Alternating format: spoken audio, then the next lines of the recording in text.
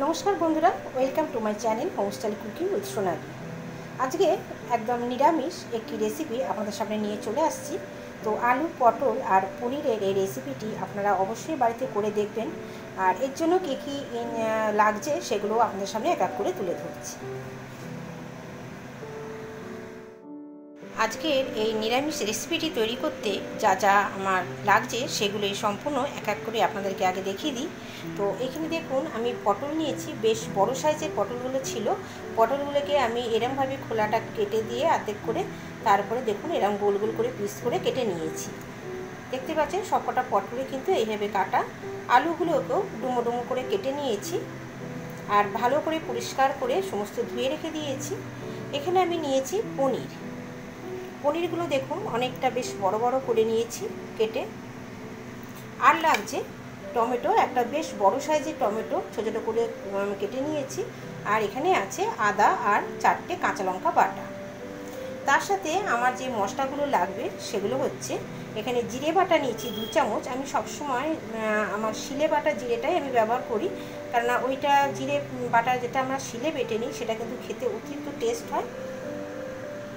তার সাথে নিচে দেখুন ধনে গুঁড়ো 1 চামচ, ধনে গুঁড়ো 1 চামচ, শুকনো লঙ্কার গুঁড়ো আর 1 চামচ নিয়েছি কাশ্মীরি লঙ্কার গুঁড়ো। এছাড়া নুন, হলুদ, চিনি এগুলো তো লাগছেই। তাছাড়া ফোড়নের জন্য যেগুলো আমি নেব, ফোড়নের জন্য দেখুন এখানে আমি নিয়েছি অল্প পরিমাণ গোটা জিরে, হাফ শুকনো লঙ্কা, একটুখানি দারচিনি, একটা এলাচ আর 2টো লবঙ্গ। তো এটা আমি ফোড়নের জন্য ব্যবহার করব। এবার চলুন মূল রান্নাটায় ফিরে আসা যাক। আমি এখানে প্রথমে পনিরগুলোকে হালকাভাবে ভেজে নেব। তো গ্যাসে কড়াই বসিয়ে দিয়েছি, কড়াইটা সামান্য গরম হয়ে গেছে। তো এবার আমি সম্পূর্ণ রান্নাটাই কিন্তু সর্ষের তেলে করব, আপনারা সাদা তেলেও করতে পারেন। তো প্রথমে আমি এখানে সর্ষের তেল খানিকটা দিয়ে দেব।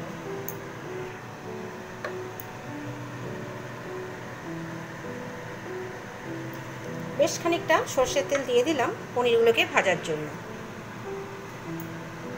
তেলটাকে চারপাশে ছড়িয়ে দিচ্ছি, দিয়ে তেলটা একটু গরম হলে আমি পনিরগুলোকে এক এক করে দিয়ে ভেজে তুলে নেব।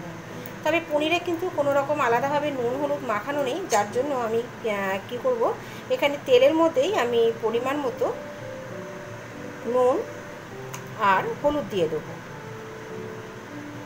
দেখুন অল্প পরিমাণে হলুদ দিয়ে দিচ্ছি, দিয়ে ভালো করে কিন্তু এটাকে নেড়ে নেব।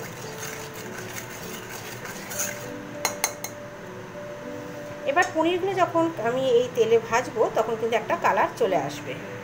তো তেলটা ভালো মতো গরম হয়ে গেছে। এবার এক এক করে পনিরগুলো দিয়ে আমি এইভাবে ভেজে নেব।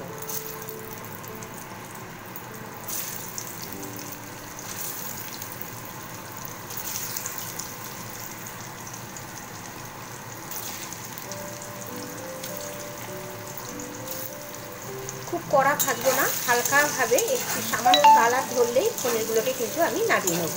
দেখুন কি সুন্দর একটা কিন্তু হলুদ কালার চলে এসছে তেলের মধ্যে হলুদটা দেওয়ার ফলে। এই সময় পনিরগুলো যখন ভাজা হচ্ছে তখন আমি এখানে যে মশলাগুলো নিয়েছি তো সেগুলো একটু জল দিয়ে একটা পেস্ট বানিয়ে রাখবো। তো এর মধ্যে সামান্য আমি হলুদ নিয়ে নিচ্ছি, হলুদটা দেওয়া নেই। তো এখানে পরিমাণ মতো 1 চামচ আমি হলুদ দিয়ে নিলাম।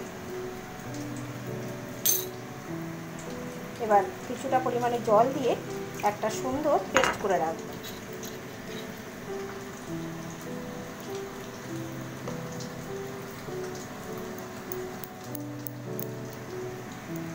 দেখুন মশলার পেস্টটা তৈরি হয়ে গেছে। তো এবার পনিরগুলো ততক্ষণে আমার কিন্তু ভাজা হয়ে গেছে। দেখতে পাচ্ছেন পনিরগুলো মোটামুটি হালকা ভাজা হয়ে গেছে। এবার এগুলোকে কিন্তু তুলে নেব। এর বেশি ভাজবো না, অল্প অল্প কালার চলে এসছে, এখানে দেখুন কালো কালার চলে এসছে। তো এই অবস্থায় কিন্তু আমি পনিরগুলোকে তুলে নেব। এরপরে অতিরিক্ত যদি ভাজতে যায় তাহলে কিন্তু শক্ত হয়ে যায় পনিরগুলো। তো সমস্ত পনির আমি তুলে নিচ্ছি।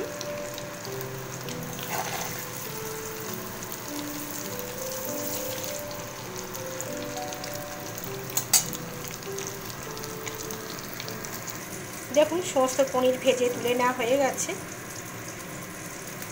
এবার এই তেলেই আমি আলুগুলোকে ছেড়ে আগে ভেজে নেবো। আগে কিন্তু পটল ভাজবো না, পটল ভাজানোর সময় তেল কালো হয়ে আসে। তো আগে আমি আলুগুলোকে এক এক করে ছেড়ে ভেজে নেবো। এখানে কিন্তু আমি আবারও আলাদা করে নুন আর হলুদ আমি মেশালাম না, যেহেতু তেলের মধ্যে নুন আর হলুদটা দেওয়া রয়েছে। ভালো করে লাল লাল করে ভেজে আলুগুলোকে তুলে নিতে হবে।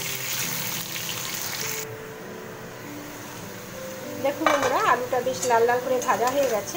তো আমি এবার কিন্তু এই আলুগুলোকে সব এক এক করে তুলে নেব।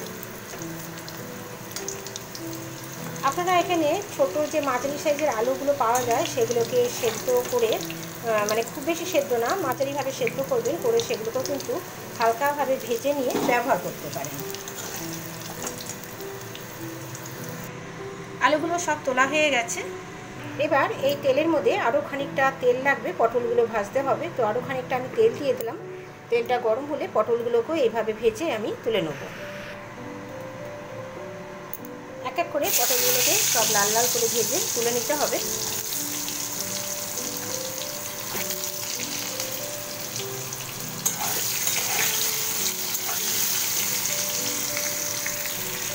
ঢাকা চাপা দিয়ে পটলগুলোকে সুন্দর করে ভেজে নেব।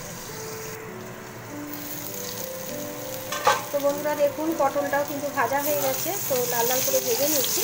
এবার পটলগুলোকে সমস্ত তুলে নেব।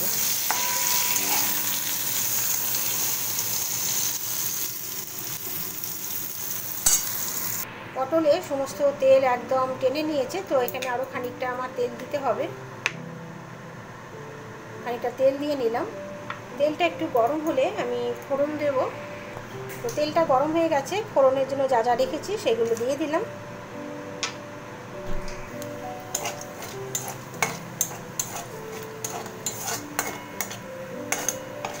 ফোড়নটায় একটা মিষ্টি সুগন্ধ বেরোলে এখানে প্রথমে আমি আদা আর যে কাঁচা লঙ্কা বাটাটা রেখেছি, আদা আর কাঁচা লঙ্কা বাটাটা দিয়ে দিচ্ছি। ভালো করে আদাটাকে কষিয়ে নিতে হবে, কাঁচা গন্ধ ভাবটা চলে যাওয়া পর্যন্ত।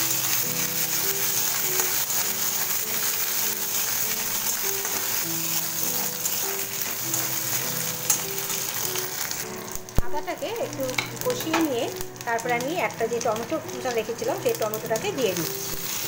তো এখানে টমেটোটা সামান্য গলে যাওয়ার জন্য আমি অল্প পরিমাণে নুন ব্যবহার করব, যাতে তাড়াতাড়ি টমেটোটা সেদ্ধ হয়ে যায়। দেখুন, অল্প পরিমাণে নুন দিয়ে দিলাম। দিয়ে একটু ঢাকা চাপা দিয়ে দিলেই কিন্তু খুব তাড়াতাড়ি টমেটোটা সেদ্ধ হয়ে যাবে।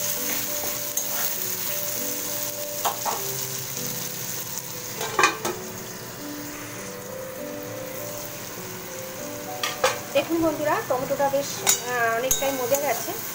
তো এই অবস্থায় আমি যে মশলাটাকে তৈরি করে রেখেছি, তো সেই মশলাটাকে এখানে আমি দিয়ে দেবো।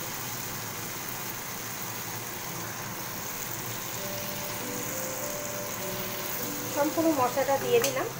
দিয়ে মশলাটাকেও ভালো করে কষতে হবে।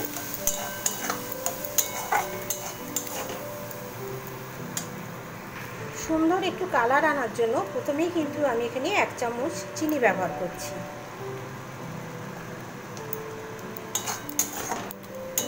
যেহেতু টমেটো দিয়েছি, তো টমেটো আর তার সাথে সামান্য পরিমাণে চিনি দিলে একটা সুন্দর ব্যালেন্স চলে আসবে। তো মশলাটাকে এবার খুব ভালো করে ঢাকা দিয়ে দিয়ে আর অল্প অল্প জল দিয়ে দিয়ে আমি কিন্তু সমানে কষাতে থাকবো।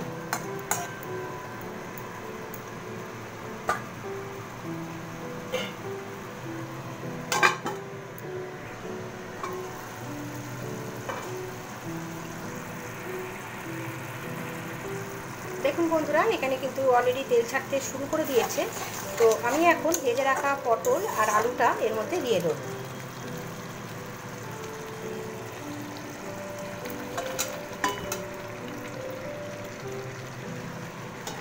পটল আলুটা ভালো করে এর সাথে মশলার সাথে কষিয়ে নিতে হবে আরও 2-3 মিনিট।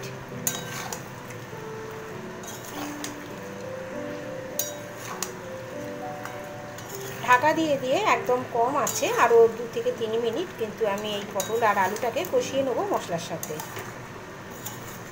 নিরামিষ দিনে আপনারা এই রান্নাটি একবার করে খেয়ে দেখবেন, অতি সুস্বাদু একটি রেসিপি। আর গরম ভাতে সত্যি আর কোনো কিছু লাগবে না যদি এরকম একটি রান্না পাওয়া যায়। তো আপনারা নিজেরা অবশ্যই ট্রাই করবেন, আর কেমন লাগে খেতে আমাকে জানাতে ভুলবেন না। তো এবার আমি এখানে ঢাকা চাপা দিয়ে দেবো।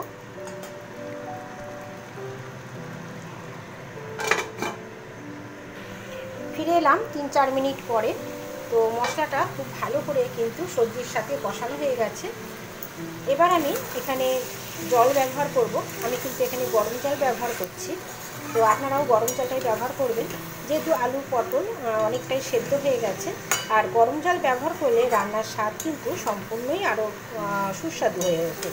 তো আমার এখানে সবজিটা কষানো হয়ে গেছে, এবার আমি পরিমাণ মতো জলটা দিয়ে দেবো।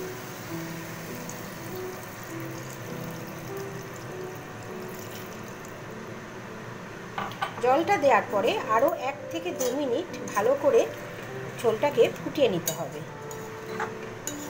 আমি কিন্তু এখনও এখানে পনির দিইনি, সব শেষে আমি পনিরটাকে অ্যাড করব।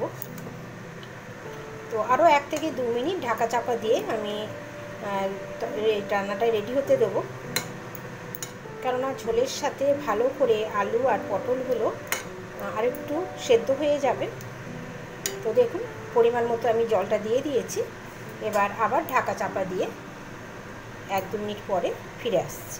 ফিরে এলাম 2-3 মিনিট পরে। দেখুন সুন্দর তেল ছাড়তে শুরু করে দিয়েছে, আর এখানে আলু পটলগুলোও কিন্তু একদম ভালো মতো সেদ্ধ হয়ে গেছে। আমি কিন্তু এর আগে দেখে নিয়েছি। আর নুন মিষ্টিটা অবশ্যই আপনারা চেক করে দেবেন, যে যেরকম ঝাল খাবেন সেরকম দেবেন।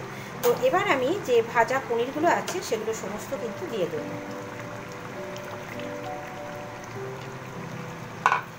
পনির ভাজাগুলো দিয়ে দিলাম। পনিরগুলোকে ভালো করে ঝোলের সাথে মিশিয়ে নিয়ে আরও 1 মিনিট আমি একটু ফুটিয়ে নেব, যাতে সমস্ত মশলা পনিরের গায়েও লেগে যায়।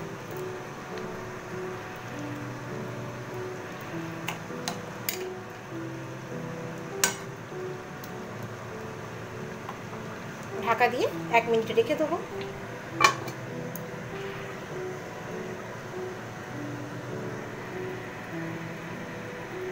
তো বন্ধুরা, আমার রান্না কমপ্লিট, দেখতেই পাচ্ছেন এখন একদম শেষ পর্যায়ে। তো এখন আমি এখানে গরম মশলা, খানিকটা গরম মশলা আর কসুরি মেথি দিয়ে দিচ্ছি।